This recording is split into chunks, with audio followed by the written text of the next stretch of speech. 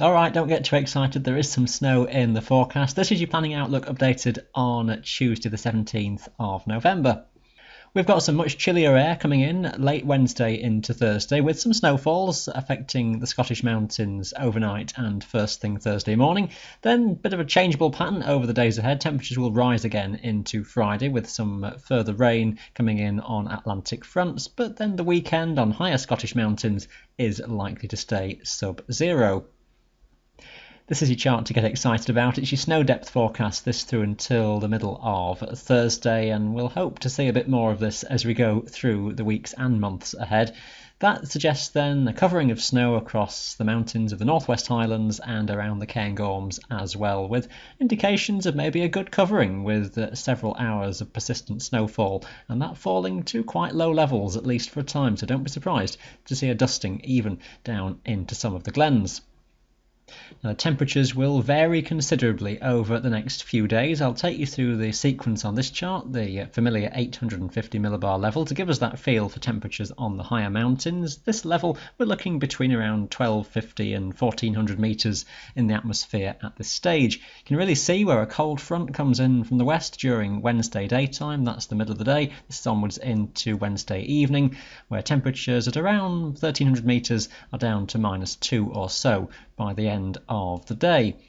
And that air will get only colder as we go overnight and into the early hours of Thursday. At that level, values dropping rapidly towards -7 or 8, so I'll be interested to see what the observations show on Cairngorm Summit, for example. This level is a bit higher up than the mountains maybe, so I'd suspect about a -5 on those very high tops as we go into Thursday daytime, and at say 900 metres you're looking at a -2 or a -3, but it leads to a low freezing level, and any snow that will have fallen overnight will stick around during Thursday daytime. That's fairly short-lived because we get milder air come back in behind a warm front as we go through into Friday. The timing of that milder air is a bit open to question. It might just be that there's some further snowfall on the leading edge of a front that comes in, but turning to rain, and more or less all turning to rain up to higher slopes as time goes on through Friday.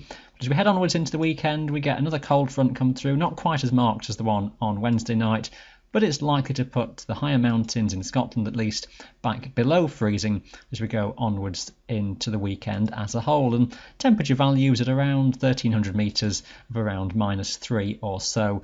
So the freezing level looking at about 1000 metres or just above, and that staying more or less the same through the weekend before likely a push of milder air tries to come back in from the southwest at the start of next week.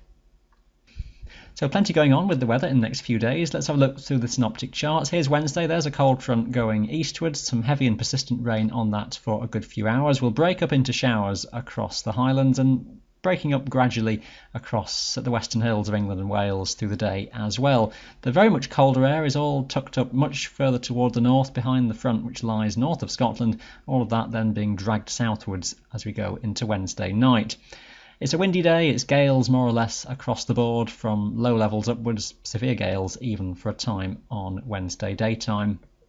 Things have really moved on in that chart by the time we get into the middle of Thursday. The northwesterly airstream is in charge, fronts have cleared away southeastwards, and yes, a few showers left into the morning, but any overnight snowfalls will be more or less breaking up and skies clearing with plenty of sunshine around for the majority on Thursday. Clearest of conditions from the Central Highlands down to the Lake District and the Pennines. Some snow showers across the higher tops in Wales may just come in frequently for a few hours into Snowdonia. A ridge of high pressure building from the west will tend to suppress those as we go toward the later part of the day. The wind will drop, initially gale or even severe gale force, then dropping light as that high just builds its way in.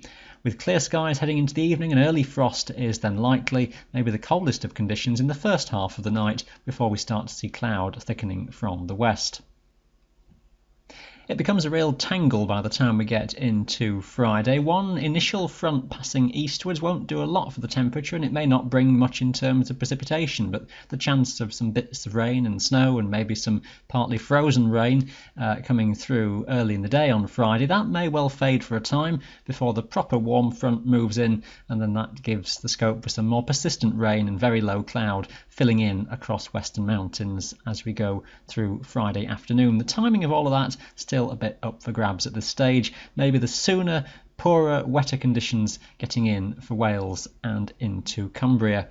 Again, a windy day, the risk of gales, if not severe gales, across the higher mountains, at least for part of the day, perhaps most of the day for England and Wales.